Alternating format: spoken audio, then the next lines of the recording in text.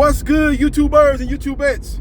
This is JBsports back again with another one. Got breaking news. This kind of came out of left field. Dillian Whyte, who we all know was setting the stage to fight October 30th. The date was set and the venue was set. It was going to go down in the O2 Arena, and now he has an opponent confirmed for that date and venue. And it is Otto, Wallin, to the surprise of myself and many other people. Nobody saw this coming. Got to give Eddie Hearn credit. You know, I call Eddie Hearn, a.k.a. Eddie the Con Artist, but I got to give him credit on this one, man. This is a good opponent, a good interim fight before he get his title shot. A good strategic opponent for Dillian Whyte. Now, Dillian Whyte has a glass jaw. Let's make no mistake about that. Matter of fact, he got a glass chandelier jaw. And he's right on the, you know, he's like basically one step away from getting a title shot. He's right there. He's right there within him. His chance at a title shot is within arm reach. Make no mistake about it. And Otto Wallin is a guy that's a very good boxer, but has no power. Now, when you look at his record, he's 22-1, 14 knockouts. That's a pretty good knockout ratio. We just look at his knockout, but let's look at his opponents. He hasn't really fought nobody but pretty much Tyson Fury and Dominique Brazil. And in a Tyson Fury fight, you know, Tyson Fury has been dropped multiple times. Wilder dropped him. He got dropped by a cruiserweight in Cunningham. So if he had any kind of power, especially the punches he landed on Fury in that fight, he wasn't able to drop Fury. I think he did hurt Fury in that last round, particularly when he caught Fury on that cut up eye. Fury was hurt, but Fury was not hurt to the point where he was buckled or nothing, but he was definitely affected by that punch. But he's not a power puncher. Otto Wallin, that is. He's not a power puncher. So it's a good strategic move. Basically, Otto Wallin is the Paulie Malignaggi of the heavyweight division. Good boxer. Not a great boxer, but real good boxer. Fundamentally sound, good combination puncher, but has no power. His best win is Dominique Brazil. Now I'm going to compare his resume and his opponents to the opponent I really wanted to see Dillian Whyte fight, and that is Prince Charles Martin. Charles Martin was basically putting Dillian Whyte on blast, man, basically calling him everything out his name and basically calling him a duck, a coward. Basically, he flew over here and caught wind that Prince Charles Martin wanted to make the fight happen. He got on the plane and flew back to the UK. Is basically what Prince Charles Martin said. Basically said, when you mention his name, Dillian Whyte runs and ducks for cover, basically, is what Charles Martin was saying. Now, you look at Charles Martin's record, he's 28-2, but he got 25 knockouts. So he is obviously a much better puncher, has more power than Otto Wallin. That's why they're not going to put Dillian Whyte, like I said earlier, who has a chandelier glass jaw. I'm going to be kind with him. I'm going to say he has a suspect chin. They're not going to put him in the ring with a dangerous opponent like Charles Martin. Now, people are going to say, well, shoot, man, Otto Wallin is better than Charles Martin. He might be a better boxer, and if them two fight, he might beat Charles Martin. I'm just talking about styles make fight. Which opponent is the most dangerous for Dillian Whyte? And in my opinion, it's Charles Martin. Because I'm thinking even if Otto Wallin outboxes Dillian Whyte, he's not going to get the decision in the UK. That fight's going down in the O2 Arena. Basically, Dillian Whyte's backyard. There's no way Otto Wallin is going to get a decision. He's going to have to at least drop Dillian Whyte multiple times and dominate every round, dominate 8 out of the 12 rounds just to get a split decision, in my opinion, let alone win the fight. He might still get messed up. One judge might still be in bed with Eddie Hearn in Matchroom Boxing because they know that Dillian Whyte is one fight away from the biggest fight of his career, the biggest purse of his career, when he fights either Tyson the Gypsy King Fury or Deontay the Bronze Bomber Wilder. Now, if Wilder defeats Fury, I think that's the fight that Eddie Hearn would really push for.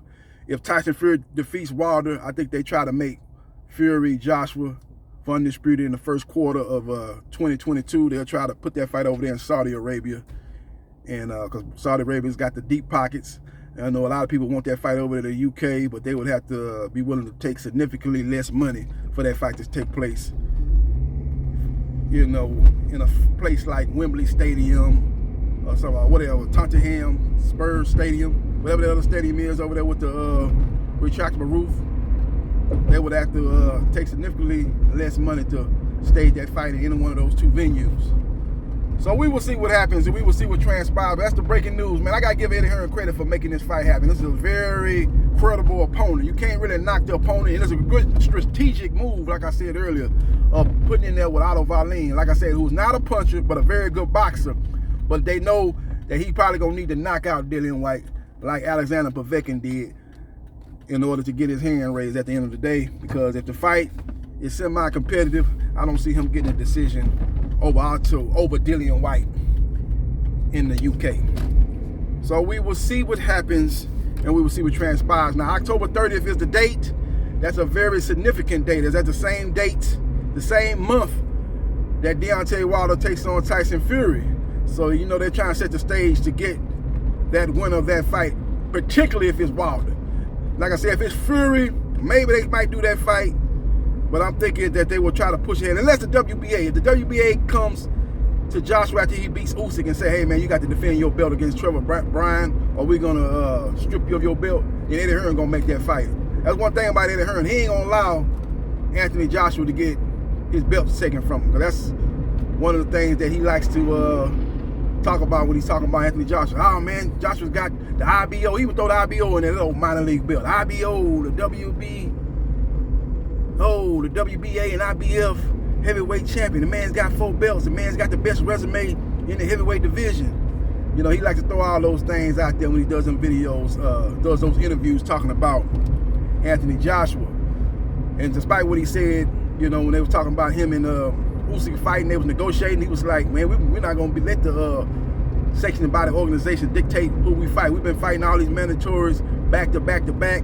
We're not going to let them call the shots this time. We would like to make the fight with Usyk, but if the fight's not agreeable to our side, then we'll be willing to walk away from the table and let that belt go. It's basically what they say. Let that WBO belt go. But that wasn't nothing but propaganda.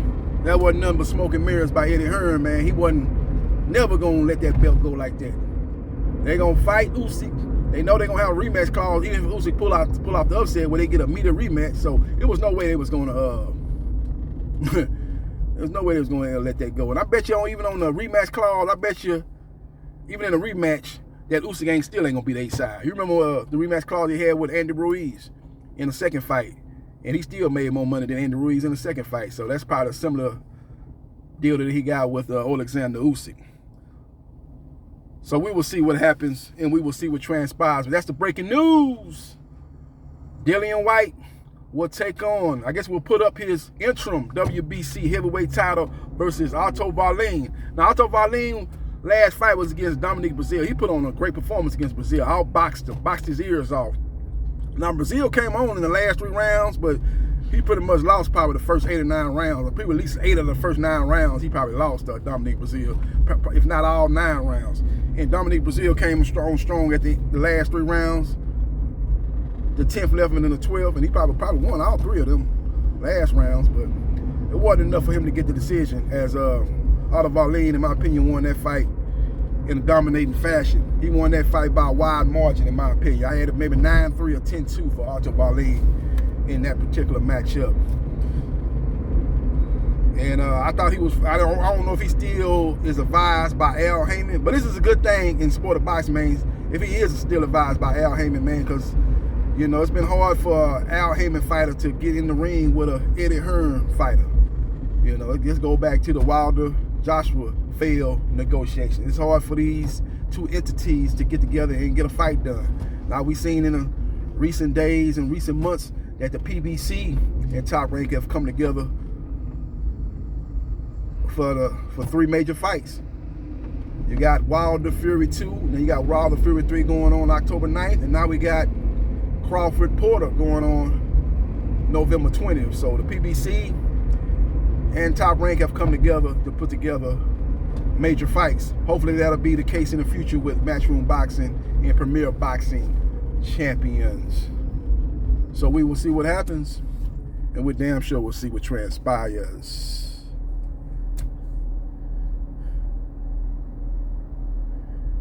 And this thing here, cause with this fight getting announced, man, hopefully, you know, I heard Conor Benn after he defeated Adrian